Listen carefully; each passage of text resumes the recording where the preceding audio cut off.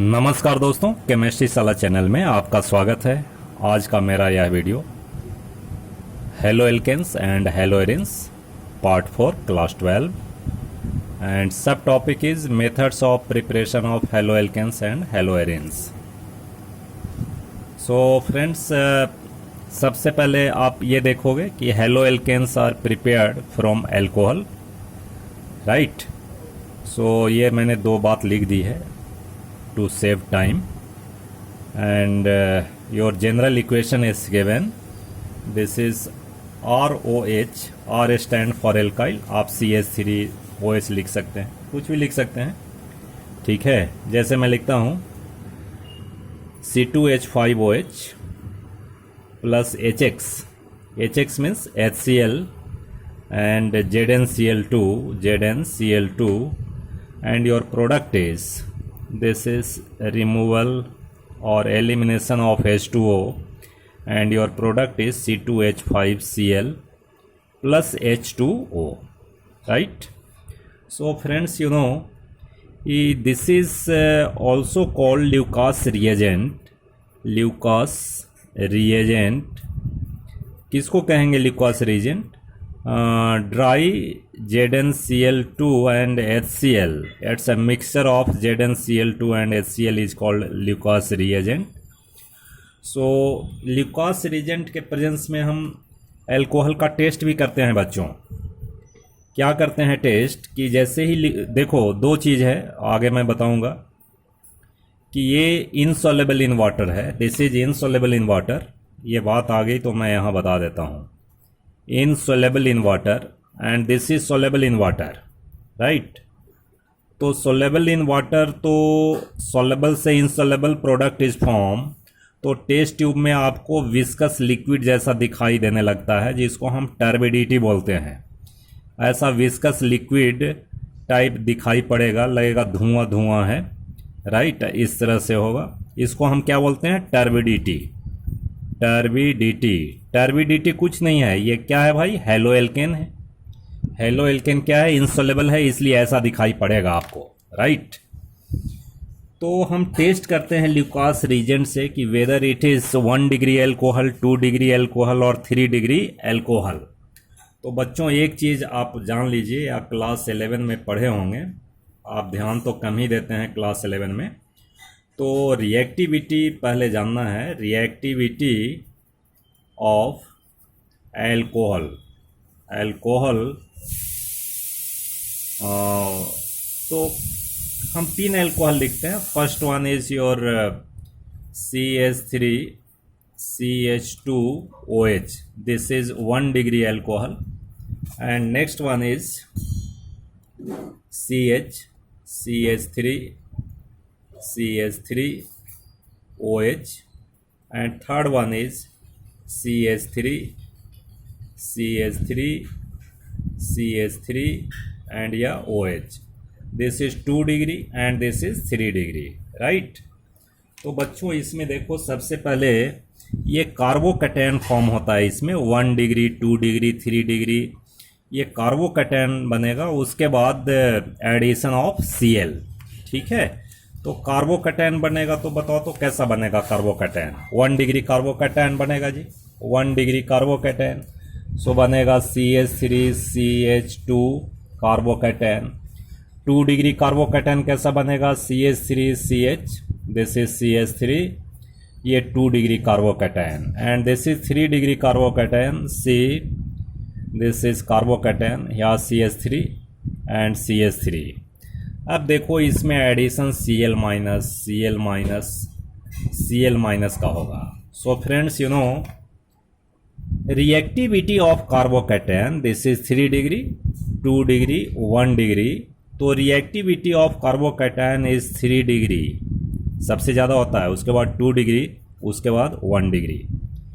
एक चीज़ हमें ये जानना है कि जो कैटायन जितना स्टेबल होगा, यानी ये रिएक्टिविटी का ऑर्डर है, रिएक्टिविटी एंड स्टेबिलिटी भी यही है जी, स्टेबिलिटी, राइट। बहुत बच्चे कन्फ्यूजन में आ जाते हैं कि सर स्टेबल होगा तो रिएक्टिव कैसे होगा? होगा भाई, कार्बोकैटायन की बात हो रही है। Na plus is stable, Cl minus is stable but highly reactive to form NaCl। ठीक है कि नहीं, बनाता है ना। हाँ, तो कार्बोकैटायन के केस में भी यही होता है कि this carbocation is more stable because 3 electron pushing groups are attached with carbon. Electron pushing group है, so stability of this carbocation is more. Here only 2 alkyl groups are present, so stability is less than this one, and here least stable। जो stability ज़्यादा होगी ion की, cation की, उसकी reactivity ज़्यादा होगी। तो इसमें देखो, इसमें जो हेलो एल्केन बनता है वो इमीडिएट बनता है जी। जैसे ही आप ल्यूकास रीजन डालोगे तुरंत बनेगा, यानी टर्बिडिटी इज फॉर्म, एकदम immediate formation of turbidity. 2 degree reactivity कम है, सो थोड़ा टाइम कम लेता है भाई, कम लेता है मीन्स 2-3 मिनट में आपका हेलो एल्केन बन जाएगा। ये CH3 CH2Cl ये बन जाएगा, राइट, CHCl। और ये रूम टेम्परेचर पे बनेगा ही नहीं बनेगा। CH3 CH2Cl ये रूम टेम्परेचर पर नहीं बनेगा, इसको थोड़ा हीट करना पड़ेगा। तो so you can recognise whether alcohol is 1 degree 2 degree और 3 degree by using Lucas reagent ZnCl2 and HCl। ये दोनों यूज करके हम बता सकते हैं कि 1 डिग्री है, 2 डिग्री है, 3 डिग्री है। कैसे भाई? तो 3 टेस्ट ट्यूब ले लीजिए, यू टेक 3 टेस्ट ट्यूब। ठीक है भाई, इसमें 1 डिग्री अल्कोहल रखो, इसमें 2 डिग्री, इसमें 3 डिग्री। ल्यूकास रिएजेंट डालो, ल्यूकास रिएजेंट तीनों में डालो। ठीक है, तो इसमें क्या होएगा कि हेलो एल्केन जल्दी से बनेगा। Turbidity is form immediately, turbidity is form after few minutes and turbidity is not form at room temperature, नहीं बनेगा। So on you can distinguish between 1 degree 2 degree and 3 degree alcohol. ठीक है दोस्तों, चलिए next preparation देखते हैं। Friends, this is your second preparation by alcohol, ROH। R stand for alkyl, आप कुछ भी ले सकते हैं। As for example CH3OH plus SOCl2 sulfonyl chloride. ये बहुत ही इंपॉर्टेंट प्रिपरेशन है, क्यों है वो मैं बता रहा हूँ। क्या बनेगा? CH3Cl बनेगा प्लस SO2 प्लस HCl। ये जो इसमें SO2 है it is in gaseous form and HCl is also gas, ये दोनों गैसियस फॉर्म में है। तो आपका जो प्रोडक्ट मिलेगा, product is form in the pure state, यानी प्योरेस्ट, बिल्कुल प्योर होगा जी, कोई इसमें बाई प्रोडक्ट का मिलावट नहीं होगा। सो SOCl2 is used, SOCl2 is used to prepare haloalkane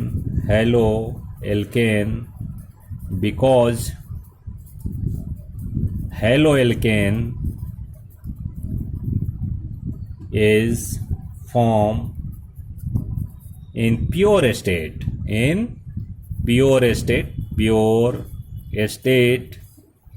because the byproducts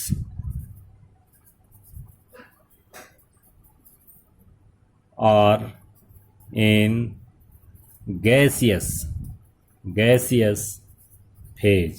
ठीक है दोस्तों, तो कभी कभी ये क्वेश्चन आता है भाई, तो ये क्वेश्चन आएगा तो आप बिना डरते हुए लिखना। ठीक है दोस्तों, नेक्स्ट ये फ्रेंड्स देखो, preparation with PX3 and PX5, ये बहुत ही इम्पोर्टेंट है, आपको कन्वर्जन में याद रखना है इसको। जैसे मान लो R के जगह मैं कोई कंपाउंड लिखता हूँ CH3OH, अगर इसको PCl3 से कीजिए तो PCl3 से करेंगे तो हमेशा बिल्कुल यहाँ एसिड भी होगा तो भी वही चीज़ बनता है, Cl का एडिशन होता है जी। तो क्या बन जाएगा? CH3Cl प्लस H3PO3, याद रखना ये। अगर बाई प्रोडक्ट केमिस्ट्री में नहीं भी लिखते कोई बात नहीं है। इसमें देखिए CH3OH ले लिया एंड PCl5 ले लिया, तो क्या बन जाएगा भाई, CH3Cl बनेगा प्लस POCl3 बनेगा प्लस HCl बनेगा, लेकिन दोनों में आपको हेलो एल्केन ही मिलेगा। ठीक है बच्चों, तो हमेशा याद रखना PCl3 एंड PCl5 वही बनेगा by product, right. Next property is ROH NaBr H2SO4 RBr बनेगा दोस्तों, NaHSO4 थोड़ा याद भी रखना है, और H2O भी निकलेगा। And next one is ROH in presence of red phosphorus, इसमें X2 है, Cl2 हो सकता है, Br2 हो सकता है, जनरली X का मतलब Cl2 Br2 ही करना, right. Product is your RX, right.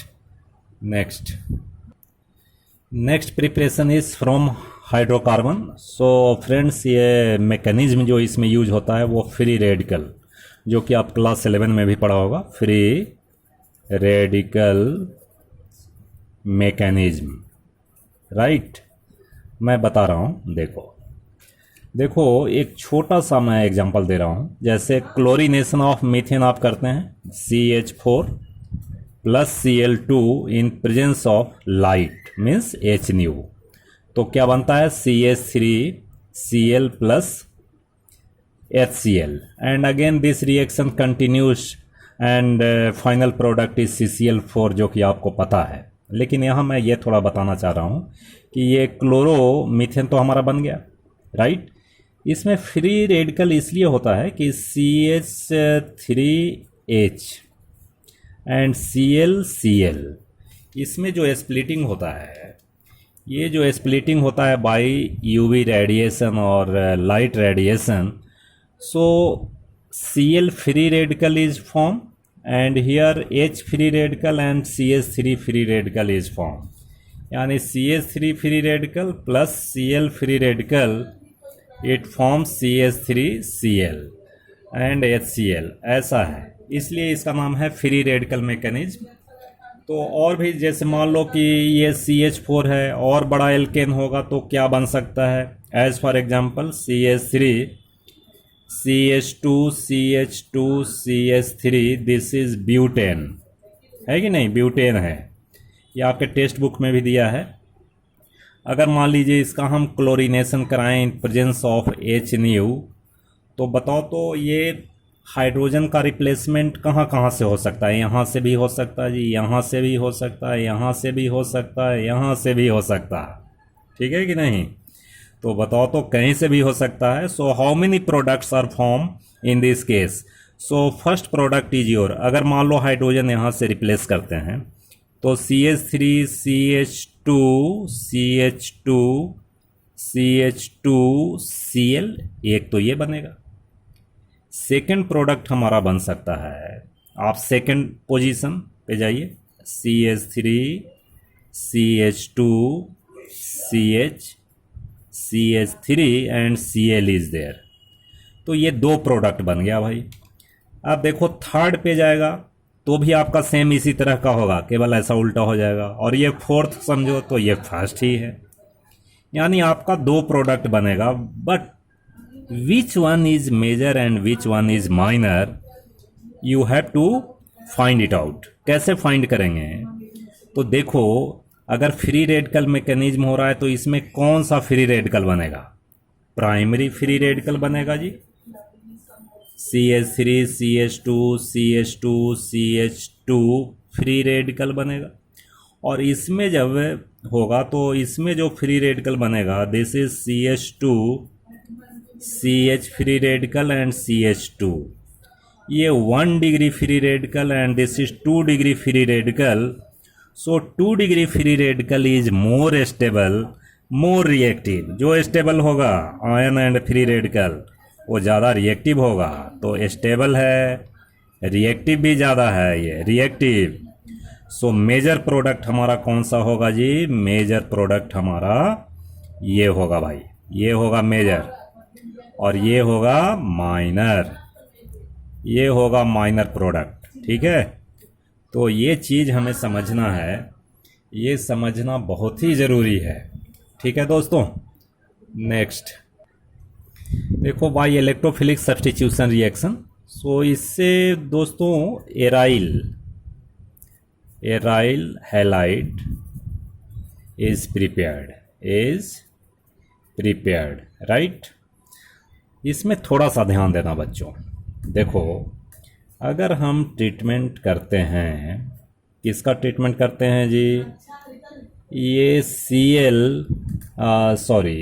This is CH3 यानी टोलिन को अगर हम क्लोरीनेशन कराते हैं, क्या करते हैं भाई, क्लोरीनेशन कराते हैं इन प्रेजेंस ऑफ Fe3 और सॉल्ट है। अब इसमें देखो क्या बनेगा, ये देखो दो प्रोडक्ट बनता है। और क्यों बनता है तो आप मेरा थोड़ा वीडियो देखिए, इलेक्ट्रोफिलिक सब्स्टिट्यूशन न्यूक्लियोफिलिक सब्स्टिट्यूशन का एक वीडियो मैंने दिया है, वो आप देखेंगे तो आपको समझ आ जाएगा। ये Cl होगा, एक ऑर्थो प्रोडक्ट होगा, और एक जो होगा वो पैरा प्रोडक्ट होगा। ठीक है दोस्तों, ये CH3 एंड Cl, तो ये जो दो प्रोडक्ट बनता है इसका नाम क्या है, ऑर्थो क्लोरोटोलिन, राइट। और ये है पैरा क्लोरोटोलिन।